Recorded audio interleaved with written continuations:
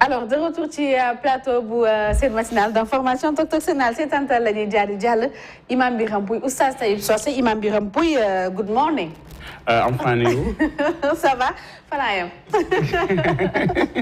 ñu ngi lay nuyu di la dalal. Aleykum salaam wa rahmatulah soxna Aïcha macha allah c'est bon signe parce que souvent heure bii day fekk sa batterie wàcc. apparemment da nga amaat beneen second souffle. waaw tey dama doon xaw a kii tuuti di nuyu ñëpp soxna Aïcha di nuyu Papa Alioune di nuyu Oustaz Taib Socé di nuyu waa Sénégal yëpp di nuyu asalaamaaleykum wa rahmatulah taala wa barakaatu. très bien alors Oustaz Taib Socé yow itam ñu lay nuyu di la dalal ci plateau bu Tok Tok soxna Sénégal. Aïcha ñu ngi lay fay di nuyu Papa Ali di nuyu Imam di nuyu ñiy seetaan Tok Tok ci biir Sénégal di ko seetaan fii di ko seetaan fële encore. très bien alors tey ñu indil ñu thème bu am solo muy se repentir maanaam tuub Oustaz Taib Socé tey waxtaan bi dafa am solo torop te xam naa ne ñi muy intéressé bari na parce que bari na lu ñu koy waxtaanee alors Oustaz Taib Socé lan moo tax jullit bi war di tuub. am na solo yaa Aïcha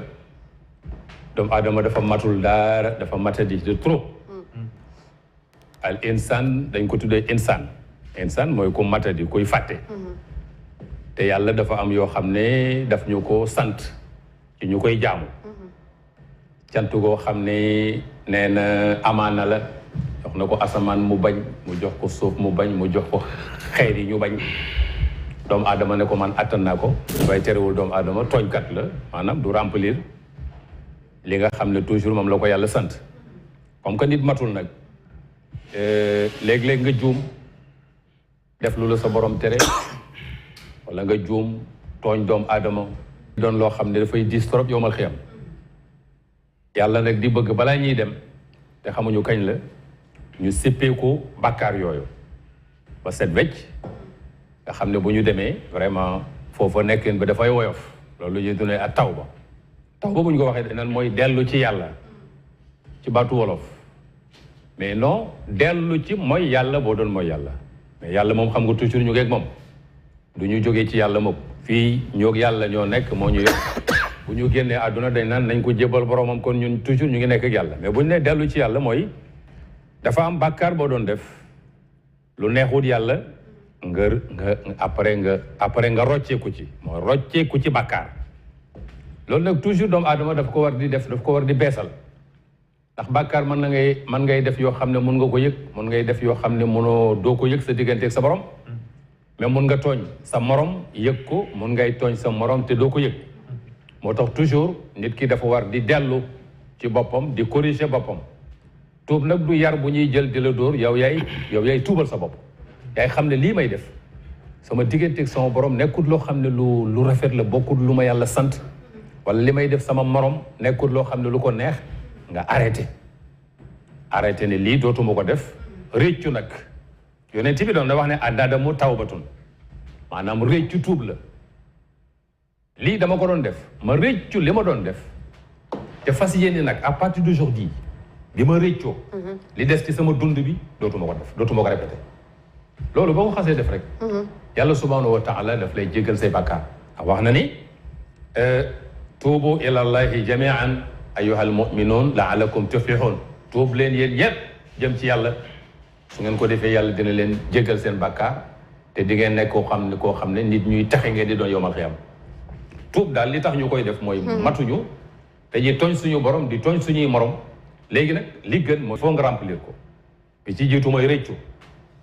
rëccu fas yéene ne dootoo ko def li des ci sa dund bi ila yawmi diin kon tuub yonent bi doon na wax ne dee leen tuub ndax man dinaa tuub ci bés bi lu ma téeméeri yoon te xam nga yonent bi amul bàkkaar moom yàlla jégal na ko bàkkaar yu njëkk yi ak bàkkaar yu mujj yi mais doon na wax ne tuubu ilallahi fa inni atuubu ilallahi fil yawmi mi'ata marra dee leen tuub jëm ci yàlla ndax man yonent bi amul bàkkaar dinaa tuub jëm ci sama borom lu ma téeméeri yoon ci bés bi. très bien. Taib Socé mi ngi doon ñëw léegi si charte yi condition li nga xam ne mooy tuub yan condition nga xam ne mooy condition du repentir. jërëjëf Pass jërëjëf Soxna Aïcha ak Oustaz si leer li am solo parce que thème bi sax Aïcha ñi ngi boo xoolee tey jii on parle toujours de zéro stress maanaam dañ fexe ba du amati benn stress instant yi nga dégg sax ci communication wàcc na ba zéro. le terme zéro n'est-ce pas. Le zéro là souvent ñun fi ñu ko war a yóbbu suñu jamono ji soxna Aïcha mooy fexe ba nekk zéro bàkkaar parce que lépp lu nekk zéro ci àdduna te fekk say bàkkaar nga yokk loolu da lay gën a diisal. pour man la communication zéro mooy fexe dans la vie nekk zéro bàkkaar Oustaz wax na am solo zéro bàkkaar nag c'est impossible parce que nit matul. donc pourquoi ñuy tuub parce que d'abord on est imparfait. L'homme étant imparfait il est obligé toujours am benn énergie bu muy soxla pour mu yéeg énergie boobu mooy tuub mooy dellu borom santaala la donc tuub nekkul seulement parce que dama bàkkaar non tuub parce que reconnaissance nee na la yenn saa sën da doon tuub au minimum 100 fois yenn saa 70 fois quelqu'un qui se répand 70 fois par jour et beneen aay neen ko yàlla sant jégal na say bàkkaar donc tuub pour ay bàkkaaram mais day tuub par reconnaissance humilité la pour delluwaat sa borom santaala la mais li am solo moom mooy charte yi saa wax na ko léegi parce que charte yenn saa moo ko jëkk définir bu ne anadamu ce qu'on appelle le regret donc moom mooy premier li nga xamante ni mooy point bi am solo ci tuub passe mooy le regret booy def bàkkaar ci islam danaan la bàkkaar waruloo ko tey c'est-à-dire moo tax boo tayee def bàkkaar rek loolu kabaa'ir la mooy bàkkaar bu mag donc bàkkaar par erreur la ko nit di def yooyu sax nee na vous êtes tous pécheurs nous sommes tous pécheurs mais kenn du tey def bàkkaar bépp bàkkaar boo planifié bàkkaar bu mag la nit buy njaaw daf koy planifié day fexe kan la ngay seexal bët du ko gis fan lay laaxoo naka toutes les conditions kuy sàcc day xaar ban heure la nit ñi nelaw bépp bàkkaar bu nu planifié loolu bàkkaar bu mag la bàkkaar bu mag mooy lan mooy kabaa'ir kabaa'ir bàkkaar bu mag mooy bàkkaar boo xamante ni mën naa sax loolu rek sax bàkkaar bu mag parce que bu nee bàkkaar bu mag souvent dafa am ay xarit yu ñëw yéen sax jàngal ne lii mooy bàkkaar yu mag yi mu cité ko si njëkk bokk na si bokkaale yàlla bàkkaar bu mag la deuxièmement par exemple rey nit bàkkaar bu mag la njaaloo bàkkaar bu mag la daw sax jour xeex am nga daw sax loolu bàkkaar bu mag la bàkkaar bu mag nag moom moo gën a moom dañ koy tuub ci saa si moom parce que bàkkaar yu ndaw yi dañ koy tuub rawatina bàkkaar yu mag yi première condition kon passe moom mooy regret mooy ngay tuub pourquoi mun la regret benn jour Umar ibn Khattab passe dafa tardé woon julli tàkkusaan Umar ibn Khattab moo tardé julli tàkkusaan bi mu ñëwee moo tax ñu naan la base tuub moom mooy autocritique mooy tout le temps da boo toogee ce qu'on appelle li sëñ Cheikh naan roq mën a kan chaque jour da ngay toog bu guddee nga jël sa seetu nga xool sa bopp devant nga osé rek nga xool sa bopp nga ne dans ta journée laka nga def lan nga fier ak lan nga fierul Umar ibn Khattab dafa julli ji mu ñëw fekk bi muy jege si jàkk ji fekk gars yi sëlmal bay génn après fekk Umar lan moo taxoon julli si wala dafa amoon benn jardin bu nekkoon ci buntu dëkk bi jardin wu la yitte woon nekk ci jardin ba tardé Umar ibn Khattab au fond de lui bi ñu sëlmalee mu tardé julli ji ce qu'on appelle autocritique mais autopunition mooy lan moo tax ba ma tardé julli benn mbiru àdduna sama benn jardin ba ma doon toppatoo parce que neex na xool ma nekk di ko contempler ba tardé mu woo ay nit ñu xawoon ñàkk ay quelques pauvres mu oo leen mu leen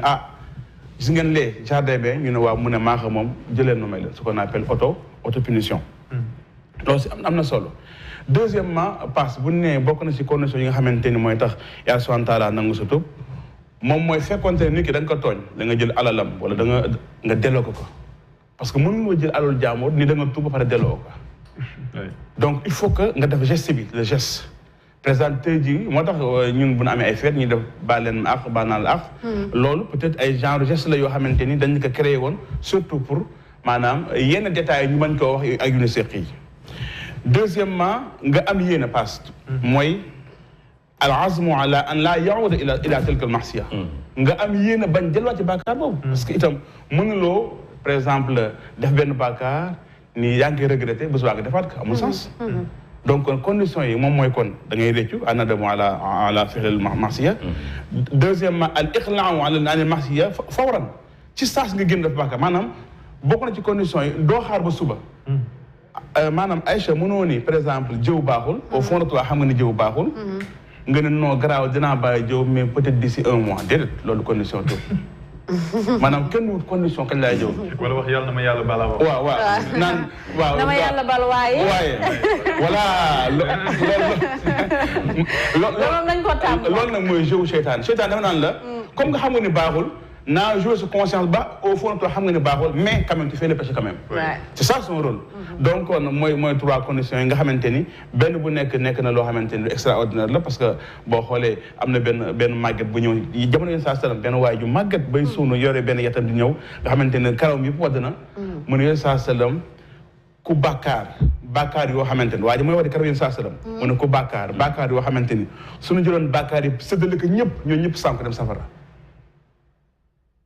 yéen mu ne ko waaw mu ne ko man loolu laa def sama àdduna waa ji mi ngi màgget mu ne samay bàkkaar bu nga séddaloon waa àdduna ñoom ñëpp yéen mu ne est-ce que tuub nga mu ne ko tuub naa kay est-ce que yaa ngi réccu mu ngi réccu naa kay yow saa su mu ne yàlla baal na la ko wala un vieux durant toute sa vie mu bàkkaar mais yàlla dimbali na ko avant muy dee conscient na moo tax li am solo moo tax tuuba xam la an tamuutu tant que yaa ngi dund am nga possibilité tuub parce que boo génnee àdduna mënatoo tuub Firawna oustaz bu demee ba dee teew nga naan inni tubtu al aan déedéet mënul nekk al aan donc kon condition yi mooy nga conscient nga wér sa xel nekk fi nga am yéene mais nag bàkkaar lu mu mën a tol yaa santal mu ne bu leen yokkat ci yéen maanaam yaa santal day jégal bàkkaar yëpp. très bien alors yaa oustaz waxtaan bi am na solo de alors lan mooy njëriñu tuub les faveurs en fait nan la jullit bi di jëlee ci tuub. tuub am na njëriñ li ma ci yokk avant may ñëw ci point boobu. imam junj na ko maanaam wala yaqula hatta yahdiyani laahu dafay bari ci Sénégal. xam nga dem ba mënatoo. boobu tuuboo da ngaa mënatul. tuub li ci baax mooy nga mën ko ci sa digg ndaw ci sa digg ndaw xam ne mën nga lépp am nga possibilité mën nga lépp nga tuub arrêté mais dem ba sëñ bi ndigg li baaxatul tànk yi baaxatul bët yi neexatul ñu ne tuub na non yow tuubu da nga mënatul loolu itam ñu bàyyi ci xel kon li gën mooy bi nga koy mën am kàttan am lépp mais nga tuub te yàlla rek tax tuub boobu sëñ bi vraiment mooy ëpp solo di nga gis fii léegi-léegi temps yi dem màkk dañuy dem màkk jël Aïssa mais Aïssa doo dem màkk mu ne non dafa teel léegi non dafa teel damay xaar ba ci kanam may dem vacances Dubaï parce que waaw pareegul bàyyi bàkkaar tax nga ne doo dem màkk da ngay xaar ba ci kanam xam nga loolu moom la ñuy tuddee alamatu shaqa kooku boo buggee xam mandargay kuy dem safara jël ko foofu ku yéexee parce que yow xamaguloo kañ la tuub kenn du ko yéexee xamaguloo yow sa fan yi yàlla daf ñu nëbbu suñu génn àdduna waaw kon lépp loo xam ne toll naa ci man ko rek naa ko def mais non nañ dem màkk nga dem màkk ñëw di defaat yenn yi laa dut man yenn ci yenn ci et puis xamuloo ndax keroog balaa ngay dem bay bàyyi yenn yi di nga fi maanaam yow di nga ko fekkem déet kon tuub moom laa la bëgg a wax ne la du dem ba tële kooku tuubul àddunaa ko bàyyi mais jamono bi nga amee kattan man ko àdduna soxla la bu dee jigéen ñëpp soxla la bu dee góor ñëpp soxla la mais nga tuub te yàlla tax tuub googu wax dëgg yàlla ay sa moom la yàlla bëgg tuub nag liñ ciy jëlee mooy yàlla lay bëgg parce que inna allaha yuhibbu tawabin wa yuhibbul mutatahirin alquran yàlla daf ne man yàlla dama bëgg ñu tuub kon soo tuubee yàlla daf lay sopp te xam nga cofeel yëpp yàlla bëgg la moo gën cofeel yëpp lépp ñëpp àdduna bi yëpp bëgg la te yàlla bañ la amul njëriñ mais su la ñëpp bañoon te yàlla sopp la yow kontaanal parce que yàlla la bind yàlla lay jëriñ yàlla moom safara moom àjjana kon tuub li nga ciy njëkk a am mooy yàlla daf lay sopp yàlla daf lay bëgg ñaareel bi du yem ci bëgg la rek mooy dama doon def bàkkaar bi def naa ko rëy na moo xam kabair la comme ni ko imam waxee yu rëy àjjana la lay yóbbu ndax àjjana mooy kër gi yàlla di teralee ay jaamam kon yàlla nañu yàlla dimbali ci ak tuub nag bàkkaar nag du ñu ko xeeb bàkkaar du ñu ko xeeb arab day wax ne moo alsamu naari min mustasqari sharari taal bi taal adduna bi nga di ko gis yépp ci benn ñerment bu ndaw la bàyyee ko woon benn grain de sel mooy tëb rek dal fii rek lakk-lakku góor yi moo tax bàkkaar amul bu tuub bi bu ndaw bi ak bu mag bi bu la yégée ne yaa ngi koy def daal te nekk nga mu kalaf tuubal arrêté te boole ci istixfaar su boobaa yàlla moom te bañ cee delluwaat wax dëgg yàlla waaw très bien Aïcha li ma si bëgg moo ne oustaz wax na am solo parce que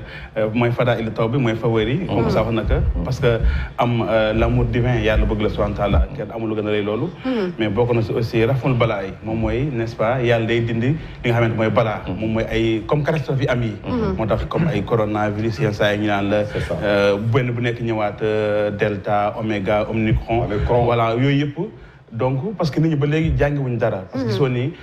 1 an bi médecin yi doon wër di créer corona recherchez-vous mais bi mu jeexee dañ gisaat ni bàkkaar dafa gën a garawaat léegi homosexualité gën a yokkaat léegi nee nañ léegi nit ki l'autre sexe dañ ko permettre mu def lépp parce que bu jëkk dafa amoon góor a góor jigéen a jigéen léegi nee na yow am nga choix pourquoi ñu naan la ngay choisir góor wala jigéen donc foofu ñu toll ci bàkkaar ba mu conscient loolu nag bu ñu bëggee maanaam tuub va bokk ñu gën a mooy raful balaay mooy yàlla day effacer li nga xamante ne mooy kii bi mais deuxièmement beneen bi itam mooy day indi wërsëg booy tuub booy jéggul sa borom subhanahu wa taala yarzuqhu min haythu laa yahtasib yàlla subhanahu da lay wërsëgal foo ko foogewul instant on parle par exemple adduna bi dafa métti dund gi métti na yenn saa ñaata nit ñooy xaru par jour parce que dañu ñàkk mais bu ñu dellu suñu borom subhanahu wa taala loolu day taxaat maanaam ñu mën a maanaam yàlla indi ay xéwalam wàcce asamaan si indi li nga xamante ne mooy ndox loolu yëpp tuub da koy indal bi ma ci tëjee rek moom mooy par exemple day créé li nga xamante ne mooy ce qu'on appelle day dalal sa bopp conscience tranquille nit ko au fond de lui suy tuub mu wóor ko diggante ma borom leer na parce que booy julli pourquoi julli ñu répété ko 5 fois dans la journée julli ay tuub la yenn saa ne diggante ñaari julli yàlla effacé ay bàkkaar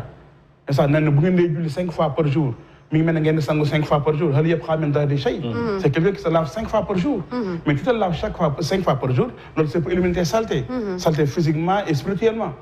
moo tax bu ngoonee mën xataa mu ne day na xisaab seen bopp laata yàlla dina xisaab yenn saa bu guddee mu effacé waat wax 100 fois astaghfirullah am na sax benn ñaan boo xamante ne bu na amante daanaka jàng mooy saydul istighfar saydul istighfar benn ñaan la ba yoon saa sam jàng mu ne képp ku ko ñaan dans la journée boo ci deewee doo dem safara xaalis bi wér ñëpp ci d'accord saydul istighfar kon pour man yooyu ñaan yooyu war nañ ko xam di ko ñaan di ko répéter dans la journée parce que dañuy motiver te itam doo ñaan loolu ba delluwaat bàkkaar amul sens waaw donc kon waaw gëj naa man damaa gëj a ñaan sax nag. saydul istighfar. xam nga saydu mooy istighfar mooy jégalu bàkkaar. maanaam sangu jégalu bàkkaar yi. mooy sangu istighfar yi. allahumma anta rabbi la ilaha illa anta xalaqtani wa ana abduk. wa ana ala ahdika wa wa'dika mastata'tu. a'udhu bika min sharri ma sana'tu. أعوذ بك من شر ما صنعت أبوء لك بنعمتك علي